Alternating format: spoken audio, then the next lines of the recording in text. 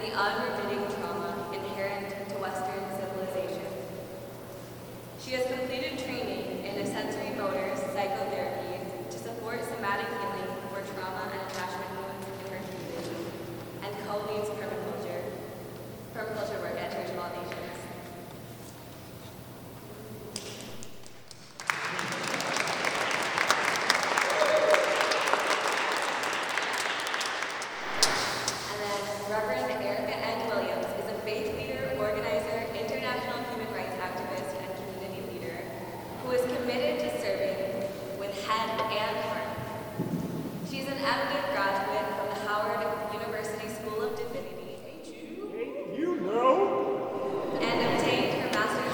And public life from Harvard Divinity.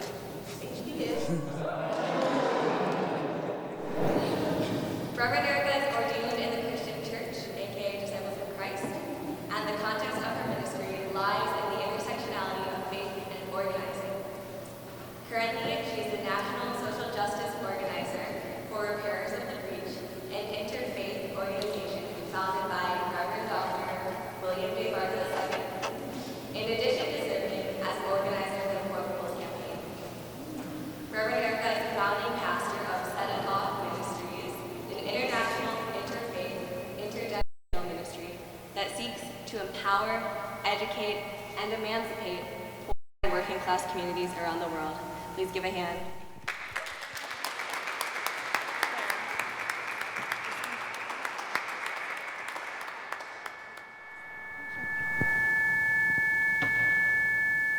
Hello? Okay, is that the feedback? I can't tell. Okay. Well, we're just gonna jump right in.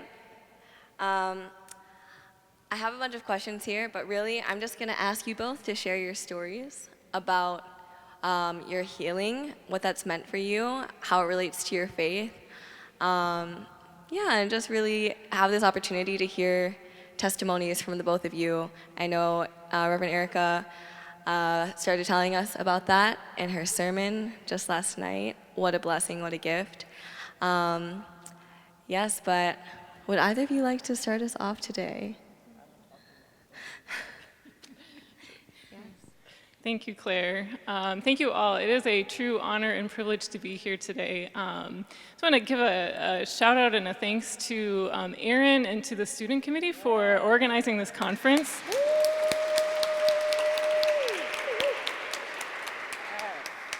I had the privilege of serving with WSCF for a year in around 2013 on the North American Regional Committee when that was part of the organizational structure. And the work that you all have done to pull this conference together is incredible. And the movement of the movement is very, very cool to see. So thank you for that. Also want to thank Reverend Erica for sharing the panel and for your word last night. I will say, as a white Midwestern woman, hearing the fire that she brought, I thought about getting sick today. But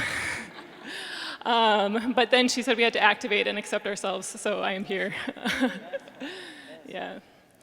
Well, my story is, I would like to start with my story because it's where my healing work began and any healing work that I'm able to help starts. So I have been at Church of All Nations for 16 years. I came as a young adult. I was 24 years old when I came, and I was just at the beginning of my healing, was looking to heal, didn't even know how to heal. I was born in rural Wisconsin, in a very small town, to Scandinavian descendants, as Claire said. And my parents divorced when I was quite young. There was a lot of tension in my parents' marriage and just a lot going on at home.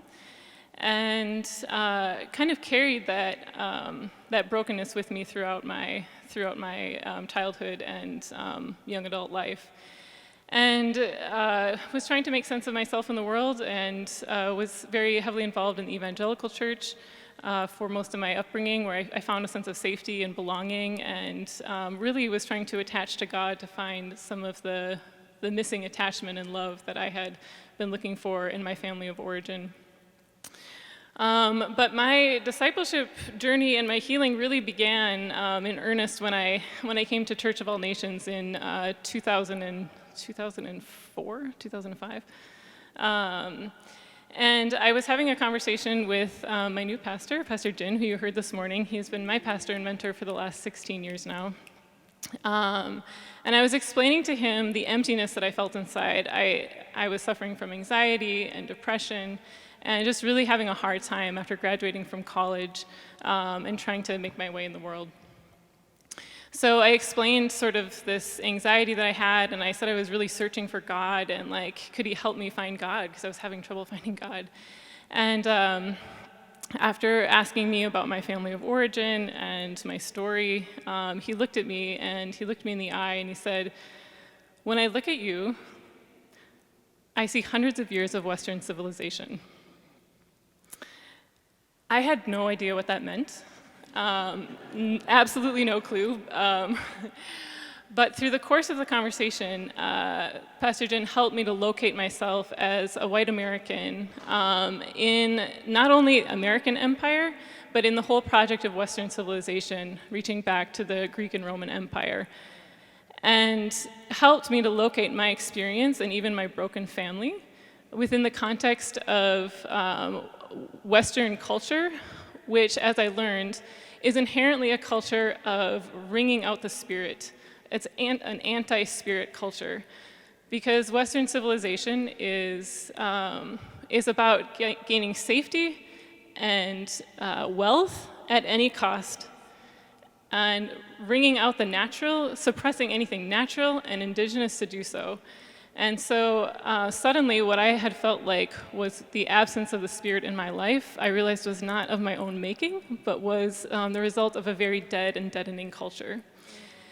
And so that was the point that liberation began to open up to me, because as an Eastern person, Pastor Jin was still in connection with Qi, the East Asian version of the Spirit, what we might also call the Holy Spirit. And for me, opened up a possibility of a new way of being.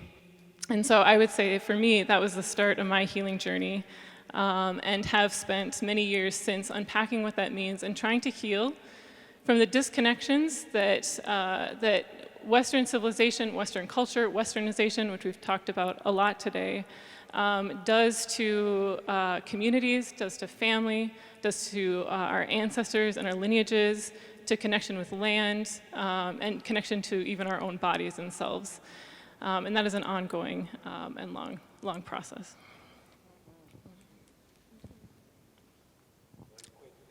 Erica, your chair is so close to the edge, I don't want you to fall. Yeah, for sure. If you want to scoot up a little bit. So. All right. See, thank God for the community. See, thank you, Nathan. I told y'all, people look out for you. Didn't even know I was close to the edge. Hi, everybody. Oh, y'all gonna give me that better. Hi, everybody. Oh, it's Happy Friday, and good to see you all. I'm so grateful for this space, and again, just what you named, Laura, just to Aaron and everybody, thank you all for this moment. And even after I left last night, I just had to go and sit with the spirit, because I was so full last night. Like, I was triggered and touched, like, so. Yeah, and I didn't say it last night, but whenever I open my mouth and speak before people, I must always honor my most honorable ancestors, my grandmother, Willie G. Morris, and my grandfather, Wright Morris, who were both from Dothan, Alabama. I always say they didn't have but 8th grade education, but PhDs in common sense. And I am here now because especially my grandmother, who used to scrub toilets and scrub floors, like, she didn't have anything, but she always made sure that I was taken care of. So I cannot separate from that to me being here. So I'm a part of a long lineage of amazing people. So I say ashe to them, and in the African tradition, that means so be it. So I'm grateful for my ancestors. I was born in Riverside, California. And so my father, so this is interesting for the elders in the room, my father was on tour with Olivia Newton-John, who just recently passed, on her Let's Get Physical tour. He was her bass player. And so my mother and him were in California, and so it was just a whole bunch with that. My father was married, but he had my mother on the side, and y'all know that side chick, And so when my mother had me, it was a bunch of just commotion with his wife and my mom, so it was just a lot of tension. And at the same time, my mother's mother, my grandmother, who I just named, my uncle, her other child, had just died, and she was taking it really hard. And so my grandmother was in Saginaw, Michigan, and my grandmother was like going to the cemetery every day just at my uncle's grave crying. And my mom's friend called her and said, you need to come home to Michigan and check on your mama because she's struggling really bad. So my mom was like, okay, it's too much chaos in California, we gotta go. And we moved back to Saginaw, Michigan. So I often say I was California created, but Michigan made. And so we got back to Michigan, and I didn't find this out actually till my grandmother passed in 2016, but my grandmother had deep depression. After she had my mother, she was in the hospital for about 3 months with depression. And so, of course, when my uncle passed her child, she really suffered in terms of just like, you know, mentally, but she was from that era of, oh, if I pray about it, I'll be all right. Jesus is gonna fix it. But we also know that Jesus will fix it, but we often have to go to therapists. We thank God for Laura and other people who are like able to help us through that. Anyways, my grandmother went through a lot of different things, and my mother also, you know, was at that point struggling from the breakup with my father and other things. So basically, I grew up in a lot of ways alone. My grandmother and my grandfather were there, but they were older, so they couldn't really like emotionally invest in me. So people don't often think like that emotional investment is what really makes an impact, but it does. Like I had parents, my stepfather and my mother, who would buy me what I wanted and get me things, but they weren't there to talk to me because as a child, I was deeply teased. I think I shared that last night. Like I was always heavier. I always tell people I didn't go into the regular jeans. I had the Husky. Do anybody remember Lee jeans? They had the H, the Husky. And I ain't mad at it. I loved it. But I was heavier and people teased me. And we know we live in an anti-black world, so I've always been darker. And I hated that because when I was younger, people used to be like, you fat, black, and ugly. So if I'm teased all the time in school, people constantly tease me. When I go home and I'm at home with a family who is so emotionally disconnected, it was just like, as a kid, I was just like, what the hell is going on? But I remember so clear being in my grandmother's backyard. And I remember having conversations with God. I remember being in the backyard, like, I remember when the Spirit said to me, the Spirit of the Lord is upon you, for you have been anointed to preach. And I was like, what do you mean? I preach what? The cartoons? I don't know what I'm about to preach, okay? But throughout my life, I remember those conversations with God and seeing that God was, even in that moment, even though I felt alone, God was there. And the scripture says, even when my mother and father forsake me, then the Lord will take me up.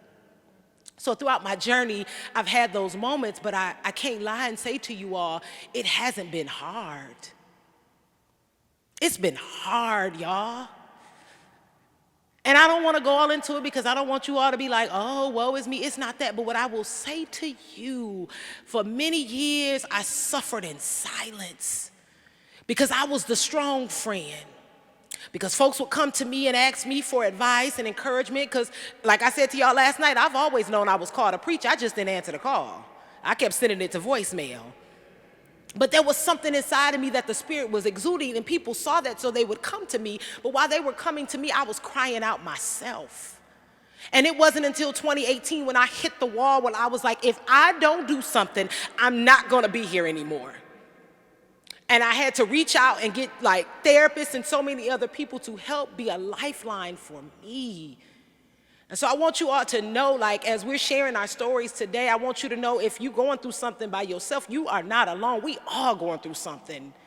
I don't care where you are, at what school you at, where you've been. We all are living in this life, and especially us as African descent, because we live in a world that is anti-black.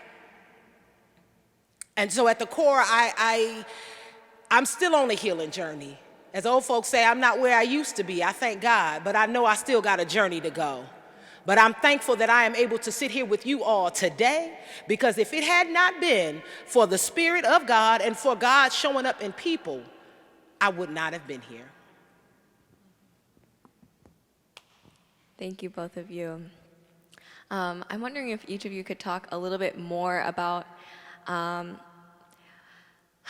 having realized that you need healing, what receiving healing and seeking healing has looked like, whether specific therapies or certain relationships or ways of relating. If you could talk a little bit more about what that process has been, both the challenging things, the fruit of that.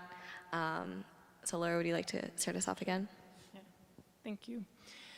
Yeah, well, I resonate with so much of that loneliness and alienation and holding it in. I think shame has been a big part of that for me. Being ashamed of who I am and who I was, and not wanting anyone to know that that's how I felt. And so I think beginning to share my own story and being able to share who I am has been the beginning of the dissipation of that shame, which I think is a large part of the beginning of healing. For me, it was really important, that conversation that I just described early in my time at Church of All Nations, because it took the guilt that I felt for feeling bad about myself, for having trouble connecting with other people, for the loneliness that I felt, for the low self-worth that I held, and it externalized the source of that, so it didn't feel like it was just me.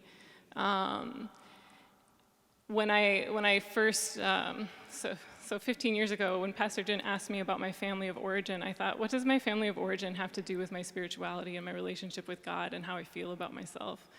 But much like Reverend Erica just said, there is a lot of absence in my family as well of nurturing adults and people around. And just, it is through others that we gain our sense of self and develop our own sense of self, I think. And in the absence of that, felt really, really lonely, and I just became more and more withdrawn into myself and in the world. So for me, like having a story that was bigger than me to make sense of my experience and my reality was a big part of the start of my healing. At Underground Seminary, we study history and we study the Bible, which is to say we study two really big stories. And history being the story of how we got here. We kind of a model of interpretation that we use. It comes from an indigenous author named Jack Forbes, and he talks about this concept of wetiko, which is a Dene word, I believe, for cannibal sickness, which has been used to describe settler colonialists and the hungriness that we bring to consume everything and to take and absorb and take in and just take and consume and never be satisfied. And so in our seminary, we track the history of where did that disease come from? Where did it originate? And who were we? Who were we all? Because as Pastor Jim described today, we kind of consider that sickness as something that we are all infected with to one degree or another, and those of us who are white, usually the deepest. And so where did that sickness come from? Where did it emerge from history? And who were we before that? What happened? And as we unpack that history, going all the way back to our hunter and gatherer ancestors, which for some of us is further back than others, and beginning to see myself, my own self and my own family, like as the byproduct of this history, it began to heal the sense of, oh, everything is about me and my failings. And so story has become really important in that way for me. And our students track their own lineages throughout history as we go through our history together as a seminary. And we also see how Jesus was also doing work in his time to expose the workings of empire and stop and disrupt not only the power of his time, but also the internalization of sin being the fault of the people. And that these were systemic things that were being internalized. So that has been a huge part of healing for me. I have also been in therapy for many years, and I cannot also underestimate the value of community. Community, I think, is where we heal. And I'm here with 18 other members of my community, which have been with me for a long time, including Claire. And together, as we share our stories and literally and figuratively hold each other and hear those stories and hear the brokenness of our bodies and hearts, healing begins. Yeah, for many years, I worshipped at the altar of the strong black woman complex. because I was raised in a time where, especially as black women, we could not show any signs of weakness. Like, society has pushed us to the point where it's like, if you show any signs, like, people will walk all over you. And people will trample over you in a lot of ways. So it was always like I had this exterior of, I bet you not gonna come for me. Because if you come for me, I'm gonna make sure you don't come for nobody else. So it was always, I was on guard. Like, I was always like, I'm so glad Woman King is coming out tonight. I was like, Lord, that's my story. I've been to Woman King. Y'all know the movie coming out tonight, Viola Davis? Okay, I was trying to, all right. But I say that in the context because that was always me, just on guard, just always like, and the thing was, I was cool with folks. So let me go back. High school, one homecoming queen, most popular. Went to college, one homecoming queen. So I was always popular and people knew me and like I was involved, but I was still very isolated. I was a loner by myself because I wouldn't allow people to get close to me. Like, I could be out in public. Y'all see I talk a lot. My voice is loud. Y'all know. So it's like people would see that and they like, oh, you know, they attracted. But then I'm like, don't get too close because you might hurt me. And I still struggle to this day. I'll be 40 in November, but I still have a lot of trust issues. And there was a quote, I think Shakespeare says, love all but trust a few. And I used to say that all the time, like, I love everybody, but I don't trust folks. So for years, it was like, I can't tell nobody what I'm going through. Because if I tell them then, they gonna look at me and be like, oh, well, ain't you supposed to be, you know, a minister? Are you supposed to be this? You know, so it was just like, I just always was on guard. And like I said, in 2018, I was like, look, I remember. That's why I was triggered last night, because I remember being on my floor in my apartment in Raleigh, North Carolina, and crying out. And I was like, God, you said you called me. You said that you had these things for me. You told me so much, and God, you have done so much for me, but God, I am hurting. God, I'm hurting, and I don't know what to do now. I need you to show up. Your word says that you are near to the brokenhearted. Your word says that you, in the time of need, if we call you, God, you will be there. I need you. And I remember, sorry, y'all. I remember, I just remember like crying, and I think I fell asleep. And the next morning I got up and like, I just felt like it was just all over me. It was like, find you a therapist. And I remember I had United Healthcare insurance. And I called United Healthcare, and I was like, I need a black woman therapist now. I was like, and they was like, well, we don't know if they're in the network. You find somebody. I need her. And so anyways, went through a process, and they gave me a couple names, and I just called different women, and I called this one woman, Sharon Hartzog, with Inner Peace, and I called her, and I was like, Miss Sharon, I don't know if you accepting clients or whatever. I was like, but I need to see you ASAP. And she was like, okay. I was like, I need to see you. And so long story short, I think I had an appointment like in a week or so. And I just went to her, and I remember just crying. I just cried. And I was just like, and she was like, get it out. And I was like, okay. And she was like, this is years of trauma that you have never allowed yourself to feel. You took a licking and kept on ticking. And now the clock is saying time is up. You've got to face this. And she said, I'm going to be here to walk with you. And she did. And along the way, God sent other people, church family and other folks.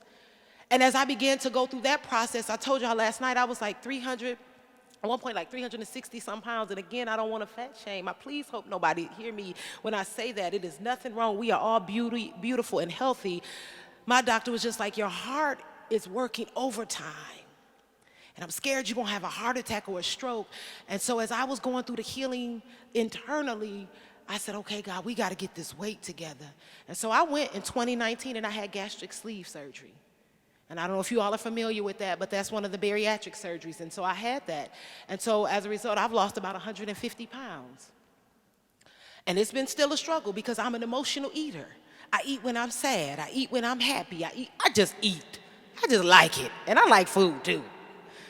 But overall, it was just one of those things where it was just like, I just recognized like I was so out of touch with myself. I was disassociated with myself. I was literally, y'all know that show, The Walking Dead? That was me. And I sent Claire some pictures of me that I, hopefully at some point, some of you, I'll share with you, where you will look at pictures of me from 2018 and 2022 now, and you'll be like, that's you? Because I was so far from myself. And I'm done. I really just want to say to you all, like, nothing in the world is more important than you. You yourself, not what you do. Your work is not your worth. Because I believed that. I believed I had to be everything. I had to do everything right. I had this perfectionist bull crap mindset. I was about to say something else, but I'm in the chapel, Dean Bolton. I ain't going to say that. But I had to be perfect. And when I'm telling you, when I recognized in that time of healing that I didn't have nothing to prove to nobody, because I was already somebody. And when I began, and I'm still on that journey to live into that, that's when I started saying, oh, hell no, let all the weight drop off. Because this ain't mine to carry. And that's why even through therapy, I've been going through generational therapy, because some of the stuff I'm carrying wasn't mine. I told you about my grandmother. My mother, she has bipolar depression, and there's a whole thing of history of depression in my family. And I said, you know what? It came to me, but it's going to stop with me. And I'm going to do everything I can to heal myself and those coming behind me. And I'm on a journey. I ain't arrived. I want y'all to remember that. I ain't arrived. And I just got to say this last part. I wore this bright dress today. Y'all probably like, dang, she bright. But the reason why I wore this today was because for many years I wore all black. And I'm not saying that all black is bad, because black is beautiful, and it is regal, and it is classic. But I wore it because I did not want to be seen. I wanted to be faded into the black. But now that I'm on this journey of recognizing I am the most important thing, I said, baby, let it be bright. See me. Hear me. Because for too many years, I was blinded and dead to my own self. Wow. Thank you. Let's just take a moment.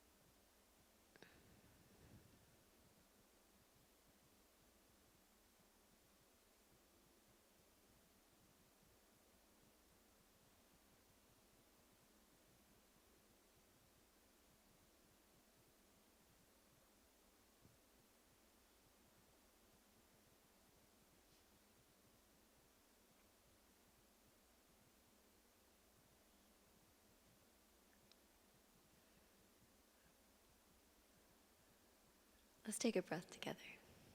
Inhale now.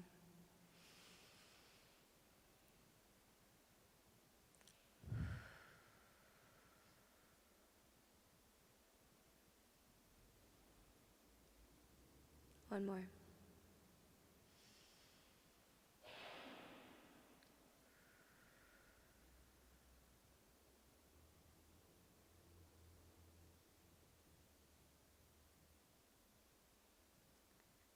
Thank you both so much for what you have shared.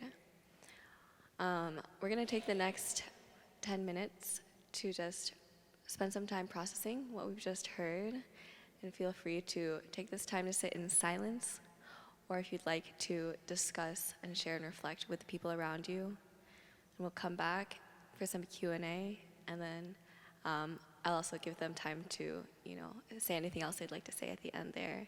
But would you like to say anything before we move into this time? Thank you.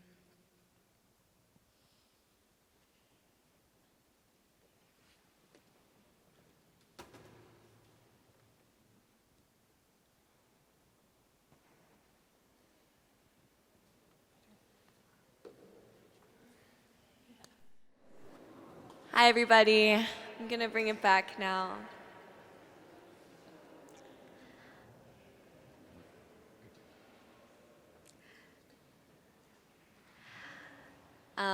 At this time, I would like to invite anybody who has questions for our panelists, either Erica, Laura, or both, to raise their hand, and I will come to you with the microphone.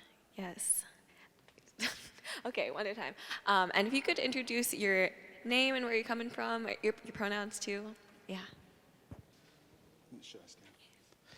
Good afternoon, everyone.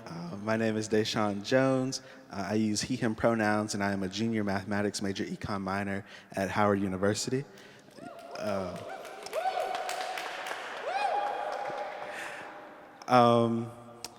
wanted to know, and I wanted to ask, and put this out to you, could you speak a little bit to how boundaries have factored into your healing journeys?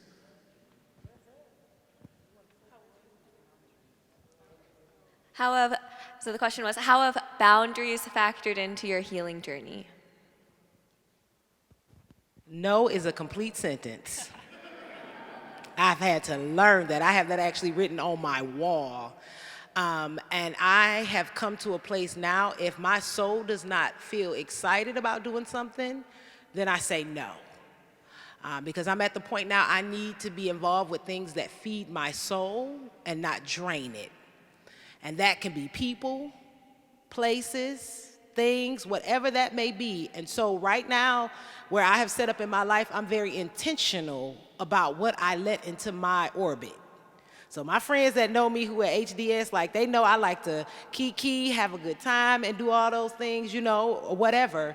But I am very clear in this moment of my life, I am not for the shits. Excuse my French, but I'm not for it. Because I fought too hard to get to this place. So I've had to cut. I had a best friend of 20 years who was a user. Like, I would always do stuff for her, but she wouldn't show up for me.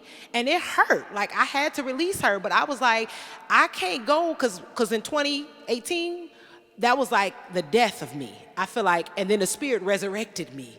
So from now, I've been in a rebirth. And I'm like, in this rebirth, everybody ain't coming. So I've had to cut some relationships, and it hurt. But I'm so grateful for the Spirit, that the Spirit has brought new people. Jennifer, one of the people, Jen, sitting on this front row, is one of them. Met her at Harvard Divinity last year. Didn't know her but for like a few days, and she became a soul sister. So all of what I lost has been brought back. But I am very clear now, what is in my orbit will lift me and not deplete me. So my boundaries are very clear, and that's what my time, when people ask me to do stuff, I'm very clear now. I used to be doing stuff for free and everything. I'm like, no, pay black women. If you're gonna use my voice, you pay me. Sorry, because I used to be like, oh, we're just doing it for, no, because what people will do, they will use you. And so I'm now at the point now I know my worth. I am worth a lot, and people will respect that. And I always tell people, people treat you how you allow them to treat you. And I'm no longer doing that because I'm not going to treat myself bad no more. Yeah, amen. I think boundaries are a lot about safety. And for me, the longing out of my own experience of wounding and healing has been a desire for connection, and connection has felt very hard. And I think it's been hard because I felt scared of connecting, scared of being seen, and scared of getting hurt, basically. I think boundaries look a lot of different ways, but boundaries allow us to feel safe. And so the more, for me, the more I've been able to have boundaries, which include just self-definition, which include accepting myself, the easier it is to connect, which is what I've wanted. So the more I accept myself, the more I have self-definition, the less shit we take, the more you can connect. I begin to connect out of my authentic self, make real connection, which is what I was longing for in the first place, instead of people-pleasing to become what someone else wants, which means inauthentic connection. So boundaries, I think it feels counterintuitive at first, but are the pathway to intimacy and real connection. It sounds like you're making a distinction maybe between walls and boundaries. Yes, thank you. Yes. Hello, my name is Grace Okerson. I currently study at Candler School of Theology in Atlanta, but I also went to Garrett Evangelical Theological Seminary in Evanston, so yeah, I have to shout out both schools. So my question is more around systemic trauma. You both talked a lot about individual trauma, and so kind of the thoughts that brought me to wanting to know more about systemic trauma. I've been thinking a lot around, you talked about generational trauma, and I'm thinking a lot about the trauma that is being compounded currently in our system today, specifically when I think about the ways in which just the way that social media has inundated us with being able to see in live time the harms that are done among specifically Black and brown bodies by the hands of the state. And so just thinking about all of those things and how do we begin to heal from the trauma that is being compounded upon us now? Thank you. So I love that, and the first thing I'm going to say is that's what I often struggle with the church, because people often want to say Jesus is your personal savior. No, Jesus came to be a communal savior. And so I'm so grateful you asked that question, because we can get so caught in individualism, but you like, nah, okay, you heal, what about the people? And so I thank you for that. And sweetheart, when I tell you that we were just talking in our debrief, and I was like, that's what I'm coming for now in terms of communal healing, like coming for the system. And I was just thinking the other day, I was like, Harriet Tubman freed herself, and then she went back and got others. And so now that I've been able to kind of bring myself back to a place now, I'm like, oh, nah. You know, she ended up fighting to abolish slavery. And so what I've been seeing in particular for Black folks, so I'm not pushing out any other people of color, but in particular for Black folk, we are so traumatized.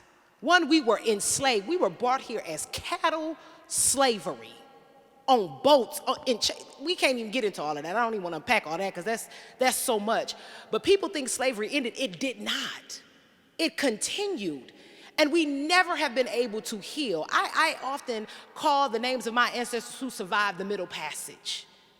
Because I'm like, what was that like for you to survive that and be enslaved? And then for you to be the ones who went through Jim Crow. The ones, all the lineage of folks, and I'm like, no wonder so many of us are depressed. So no wonder, and people often say Black folks are lazy and they do all this. I'm like, well, who the hell, how you gonna tell us that when we were free labor for over 400 years? And all the trauma that we dealing with. How about y'all? Let me ask y'all, during COVID, there were days that I could not get out the bed because I was so filled with anxiety and filled with so much. So think about even for more as a Black person. When we was in the pandemic long before the pandemic of COVID-19, I'm scared oftentimes to drive down the street. Like if I see a police officer come behind me, I'm nervous, like I'm shaking. Even this year while I was at Harvard all during the school year, and I've said this to Jennifer, I felt so alone at times. I was in a cohort of 12 people and I was the only Black person. And I'm in a cohort with folks saying stuff and I'm just like, are you hearing yourself? And then I'm like, how am I gonna process this? So, I mean, I was having to go to therapy so much. And so I say all that in the context of, in terms of this systemic healing, like I am very clear in this moment, we have got to, so I'm challenging churches, especially the Black church, we gotta talk about mental health. We got to make sure our people have the services. That's why I love Rachel Cargile. She has the Love Foundation that she allows for Black women in particular to get free therapy. We got to make sure sisters are getting it. I'm like, everything we can to bring to our communities, because our people are the ones who need it the most, because we have to be the ones when our people or our kids are killed in the streets, we have to just continue with business as usual. Or when I'm in places when I know people are being racist toward me, but I gotta be good and be nice, because if I do, then I'll lose. If I don't, I'll lose my position. And so where I am now, we were talking about that in terms of me with my spirituality and organizing, that is the heart of my organizing. I am coming for the system because the system has tried to kill our spirits. They ain't tried, they did in a lot of ways. And even in slavery, I told her, I said, what they did was they broke our spirits, but tried to keep our bodies intact so we could be free labor. And so now that's up to us spiritual leaders to make sure we come back now and make sure our communities have the resources and make sure that we are ringing the alarm concerning mental health, ringing the alarm of physical health, and all of the ways so that our communities can heal. And that is my number one job in this work that I'm doing in this next phase of my life. Amen. Thank you for that question, Grace. I really appreciate that because I think especially as a white person, there is a lot of conversation, especially these days, about healing. I mean, everywhere, but including in white spaces. And it's really easy to do healing, individual healing work as an individual, especially as a white person, with the privileges that we carry in society and not see the connection and responsibility to larger systemic issues. So thank you for the question. It's really easy to get caught in the navel-gazing of healing. I think doing the work simultaneously of one, understanding that how all of our mental health is a product of the system itself. The mental health issues that we struggle with are a result of all of the things that we're here fighting against. And then also doing the work simultaneously of fighting systemically and doing our individual healing. And I think, again, as a white person, understanding the connection of our brokenness to the systems and the perpetuation of unjust and oppressive and violent systems is really important. I don't think that as white people we understand enough how much violence, alienation,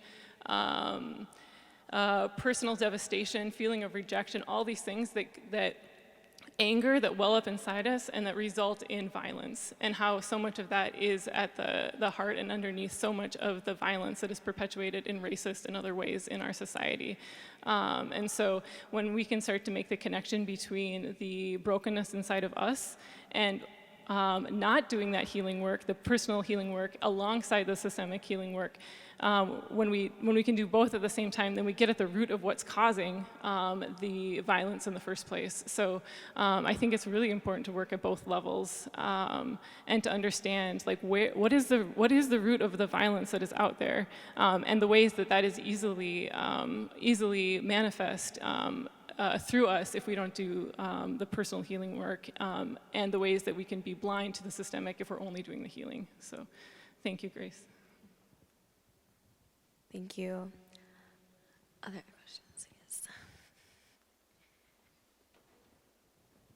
Hi, my name's Tolu. I'm a sophomore at NYU. My question is, I relate a lot to what you said, Reverend Erica, about having to be a strong black woman and like put up a facade. How do you begin to open yourself up to help and support from other people?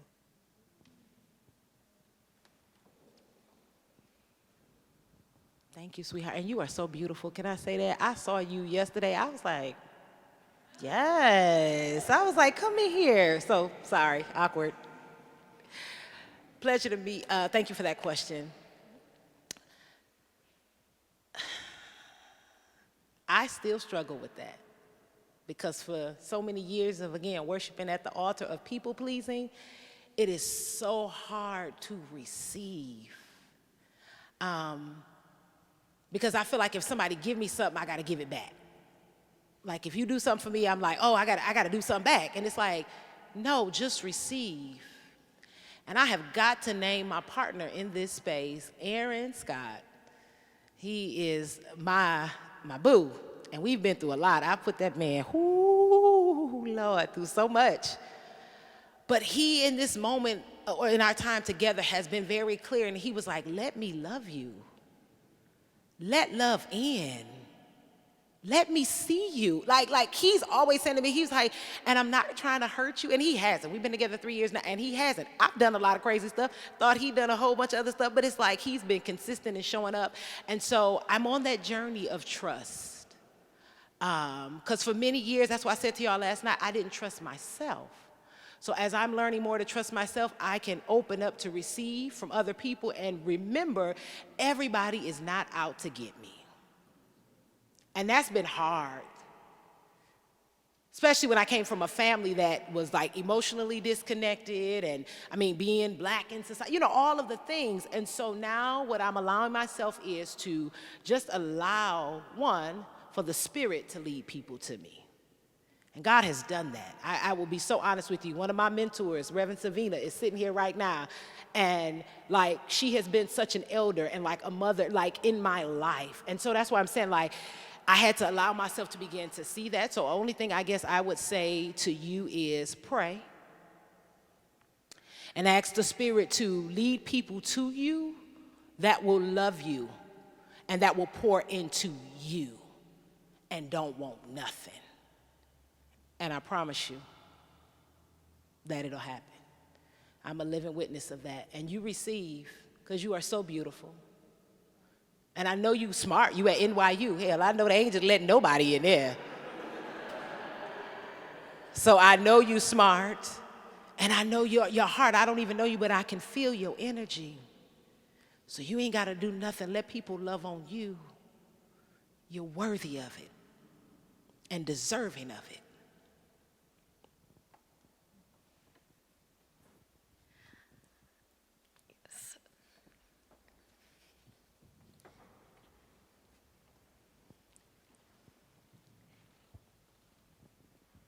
Good afternoon, everyone. My name is Julian Dean. I attend the Wiley College in Marshall, Texas. I was wondering, in the last panel, Dr. Kim had used the metaphor of the red string, and I'm sorry. In the last panel, one of the panelists by the name of Dr. Kim, he used the metaphor of the red string.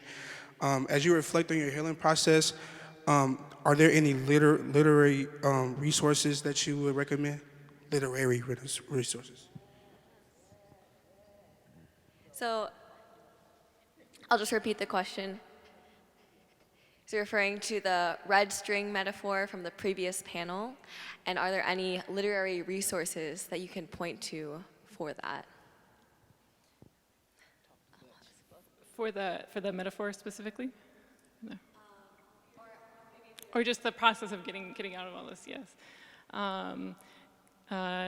Reverend John Nelson has a book list from our seminary.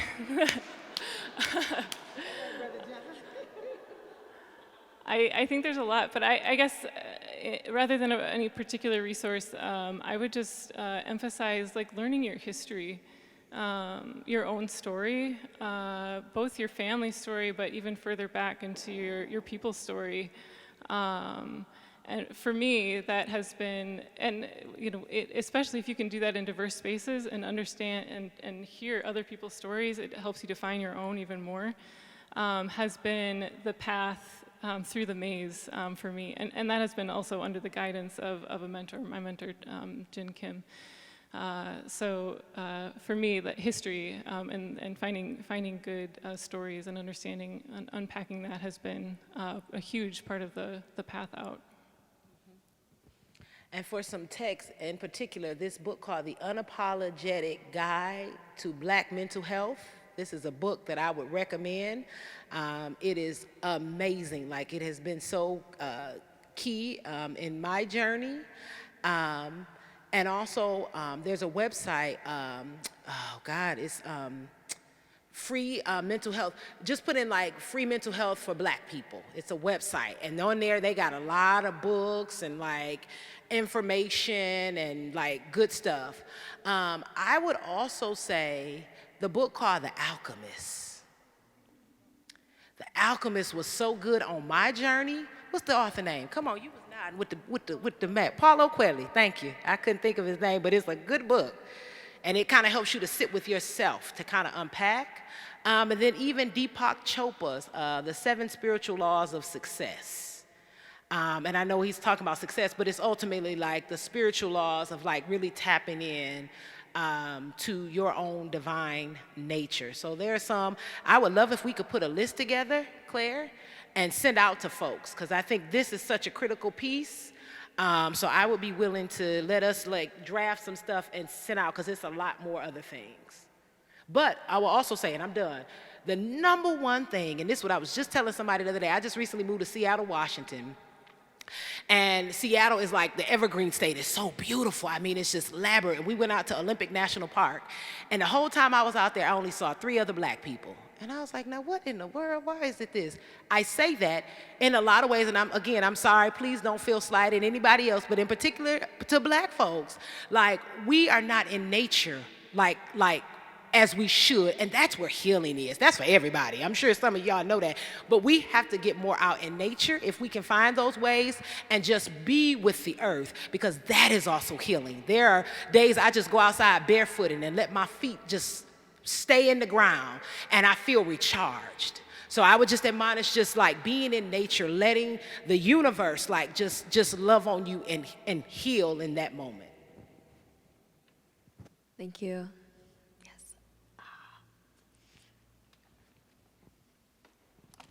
Hi, my name is Rolando. I'm from Louisville Seminary. Where's my people? Yeah, they're over there. So how do you start the conversation for healing for communities that it's still a taboo topic, that it's something that it's not talked about and maybe seen as something that, stay away from, or just it's not something that is being discussed? And not only that, but like for men, because men is also like, I think 80% of the completed suicides are performed by men. So I'd like to hear your thoughts about that. Thank you, Orlando. Yes, so the question was, how do you start a conversation about healing and mental health in communities where that is still a taboo topic? And also, just bringing up the importance of healing for men as well, and how can men start to access those resources as well?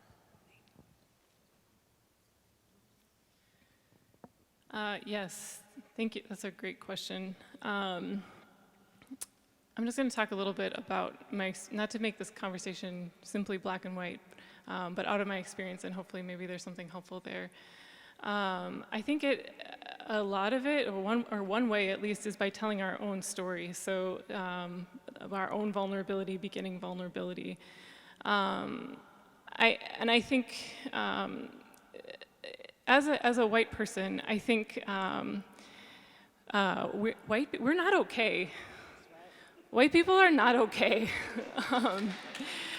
And I don't just mean the violence that is perpetuated by whiteness, but like, we're not okay. And we have to start being honest about that and how we're hurting. And I hope by being able to contextualize the way that I am not okay, and the particularities of my social location, and the particularity of who I am, that can open up a conversation, at least for other white people, and hopefully maybe open something else up for someone else. So I think it starts with our own stories, and at least our own vulnerability. And I think for men, that is really important too, because again, like we are all human, and it is hard to be anyone in our society. And it is hard to find places, I think, for men to share their vulnerability, because either in mainstream society, you're supposed to be strong and not have issues, and then you're supposed to be deferential in spaces of justice. And so how to find the middle ground of that, where you also get the healing that you need to become the fullness of who you are in the image of God, is really important. So I think being honest and vulnerable about the brokenness inside of us, whatever gender we are, whatever social location we are, is where we start and where we find our shared humanity. Love that. That's good. Another book real quick by Henry Nouwen called The Wounded Healer.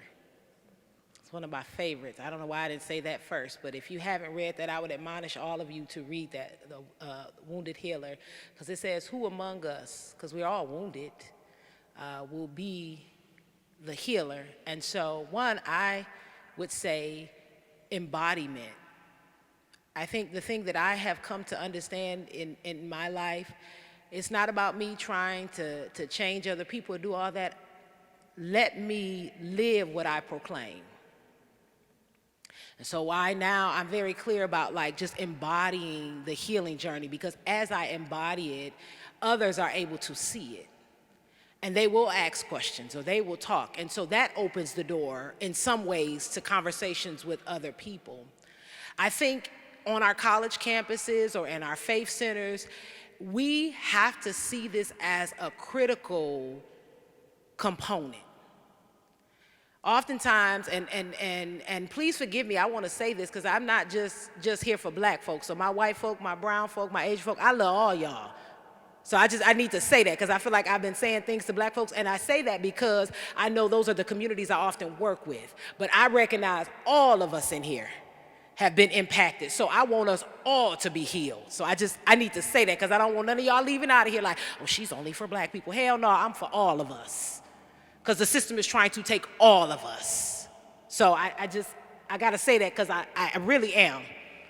And so ultimately, in our faith centers and in our schools, we have to start having like circles and things to talk about healing. I often say in the church, we are so good at making sure that we, and this probably ain't in y'all church or in y'all schools, but make sure we get people to heaven. And King said, I don't want to go to heaven. He said, we need clothes and shoes and stuff down here. So how are we concerned about people's bodies? How are we concerned about people's minds? And so as a spiritual leader, I'm very clear. I'm like, I ain't even talking to you about accepting Jesus as no savior. Sorry, don't put me out. I'm like, what are your needs? And so how can we start to create spaces in our world, in our orbit, to actually, as people of faith, to actually have those conversations and talk about really what our faith is. And I'll say this and I'm done. I've been recently, because I'll be 40, I keep saying that this year, and I've been like in this moment of really just trying to think about things. And I've been looking at Jesus when he was in the wilderness for 40 days. Because I'm getting ready to launch a movement that the Spirit has put on my heart. And something, and I could be wrong, so don't scholars, Dr. Kim, where you at? Don't come for me now, because I don't know if this is right now. I got the scholars in here. But what has been revealed and like been really sticking in my spirit is that those 40 days when it was like Jesus was tempted and all of that, Jesus was dealing with his own mental health. Like he was actually thinking like, and I know this may not be cool, so don't put me out, but contemplating maybe if I just go and like maybe commit suicide because this task is too much that I'm getting ready to head towards. But he wrestled with his own self, and in that time he was like, yeah, he had to keep rebuking it and saying things back. And so ultimately when we see at the end he comes out, and then as soon as he comes out the wilderness, he goes right into his public ministry. Because he had did the work internally and like built himself up in a way to be able to go out and do what it is he was sent to do. And so I think we need to start looking at the scriptures and really showing people who Jesus really was and how he was human and divine. So in our Bible studies teaching that, in our circles teaching that, because Christ is no different than us. He showed us his wounds too. So I think in our practice is being very clear about this faith in which we live in, how it actually shows us Jesus was really about healing. Healing the spirit, healing the situation, and healing the system. Thank you. Time for one more question. Wait. Okay, sorry. Wait, raise your hand if you have a question. Okay. I know this person has been raising their hand for a long time. Also, will you be around at dinner today? Will you be around at dinner today? Okay, they will be around at dinner today. So there is a more opportunity to ask questions then. Hi, my name is Logan. I'm a student at Trinity University in San Antonio. I wanted to ask how you protect yourself to not reopen wounds as you turn to community healing, because so much of this conversation is how we help each other after we've helped ourselves, even though it's an ongoing process. But how do you not cycle backwards? Thank you.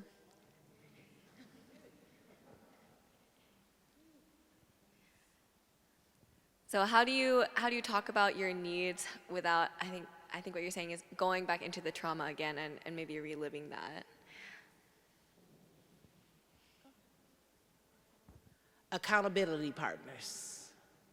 And I say that, so my partner has been really helpful for me because he reflects back to me who I really am. And I say that in the context of when you're in relationships with people, like things will come up. Like, and as we've been in our relationship for the last 3 years, I have been digging deep, like understanding, like I have a lot of insecurities. So don't get it fooled. Like, I'm sitting here and I am confident and I love who I am, but I have insecurities. I've been teased majority of my life, and so now I'm just coming into really like being grounded in myself, but I still get triggered and find myself want to go back to those old ways of living in lack and not believing my self-worth. And so my partner will reflect back to me. So I have some people who I have put around me that goes back to the boundaries, who really love me and care for me, and that may not always be the thing. So I want to be very clear. But at the end of the day, where I am now, I fought so hard to get to where I am. And now I guess in some ways, and it's not easy, I'm telling you, I'm still struggling, trying to get on this journey. But I really do, in all honesty, in a lot of ways, I will pray and I will fast. I do. I mean, like, I really do.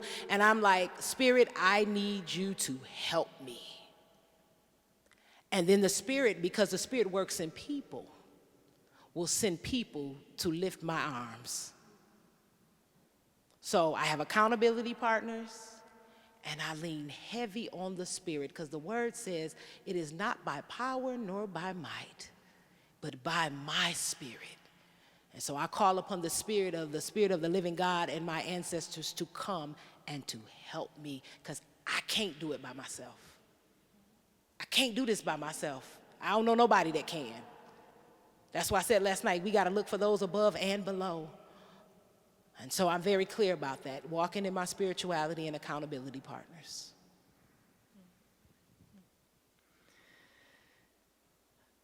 I think that, starting small and building resiliency from I don't know what to add to that, except for building a circle of people who can tell you who you are. So much of what we're talking about and so much of the systemic things that happen to us create an internalized identity that is not of God. And so we are trying to remember who we are, and remembering who we are takes being in connection with other people who can see who we are when we forget. These are my people who tell me who I am when I forget.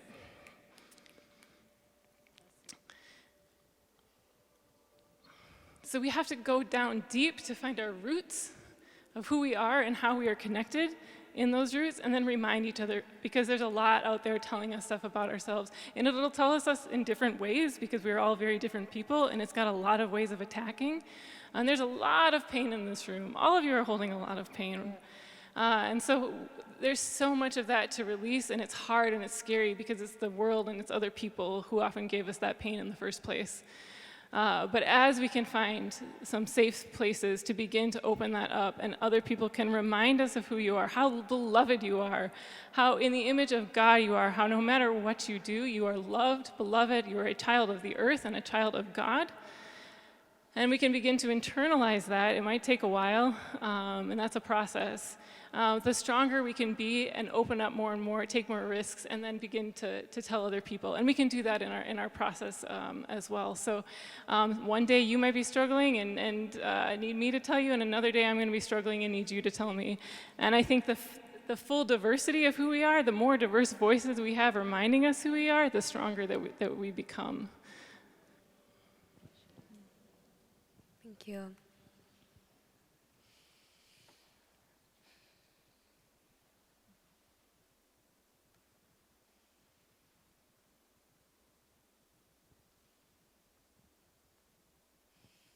Well, I am honored to be a part of that circle that keeps each other accountable in love. And honored to get to know Reverend Erica as well this past year, and hope to continue being in relationship with one another moving forward. And I hope that this time is an opportunity for us all to enter into that kind of community and into that kind of circle, as much as you would like to or are able at this time. Hopefully this space will continue to be here. Again, this is our inaugural conference for the first time in 50 years, meeting as the World Student Christian Federation US. So, yes.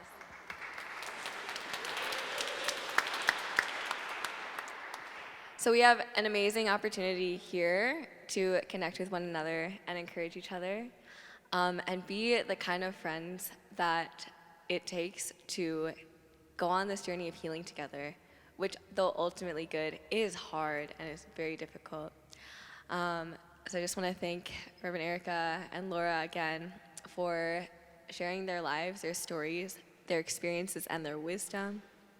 And just invite all of you to continue that conversation. And that tonight we are having a healing worship experience led by the many at 8 p.m. if you'd like to join us for that. And that's going to be not here, but back in the rotunda, Chancellor Green, which is where we've been eating our meals. Yes, I'd like to invite them if they'd like to say any final words before we close today.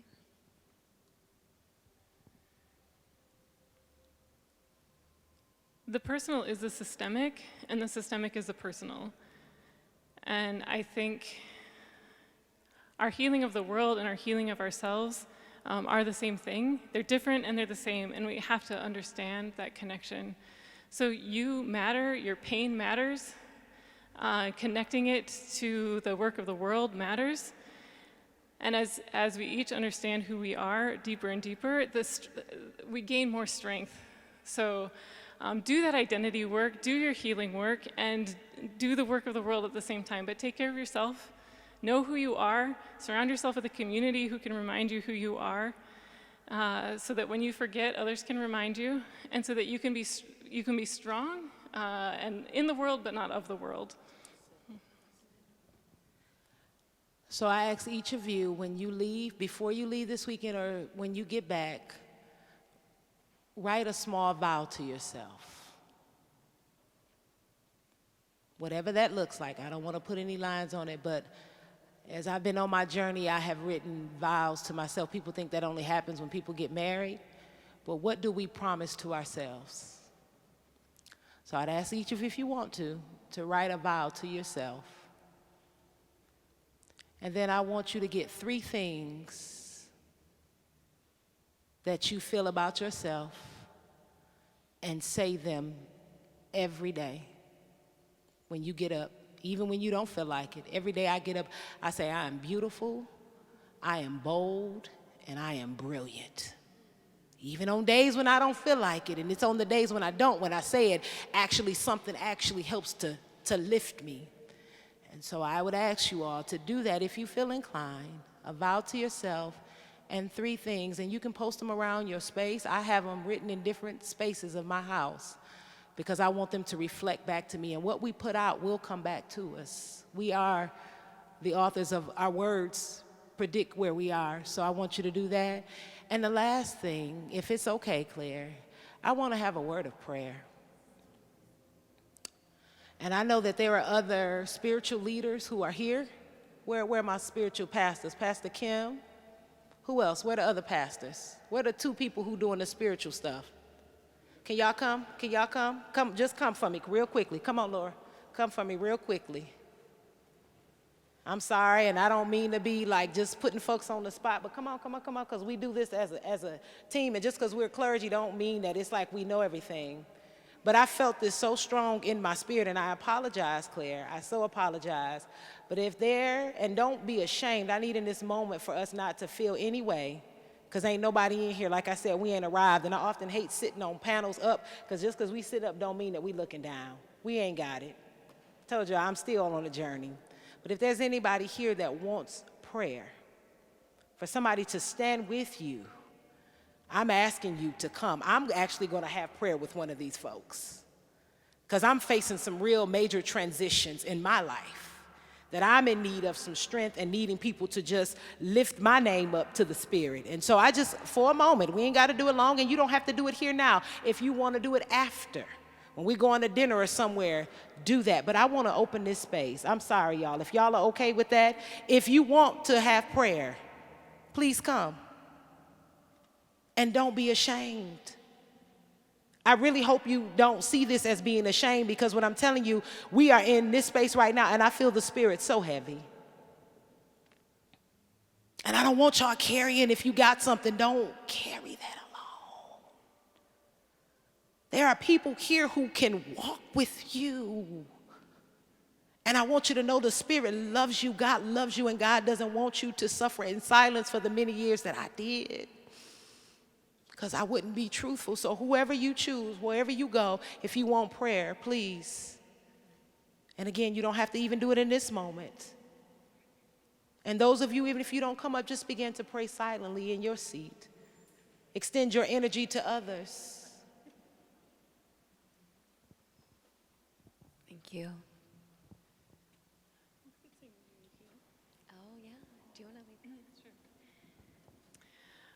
lead? Maggie from our community at Church of All Nations reminded me of a song that we sing sometimes, and I apologize that I forget who wrote this song. I think it might be Let My People Sing. It's very simple, and if you know, please let me know. It's just call and response, and I think it would be an appropriate song to sing as we are praying. It goes like this. Do you heal? Do you heal? Yes, we heal. We have all the medicine right here. We have all the medicine right here. Do you heal? Yes, we heal. Do you heal? Yes, we heal. We have all the medicine right here. We have all the medicine right here. Do you heal? Do you heal? We have all the medicine right here. We have all the medicine right here. Do you heal? Do you heal? We have all the medicine right here. We have all the medicine right here. One more time. Do you heal? Do you heal? We have all the medicine right here. We have all the medicine right here. We have all the medicine right here. Amen. Amen. I'm going to dismiss us all at this time for dinner, which is back in the rotunda. But please stay if you feel so inclined to receive prayer. And again, at 8 p.m., we're going to have our healing service. So thank you all for being here and for bringing your presence here and making this space what it is. Thank you.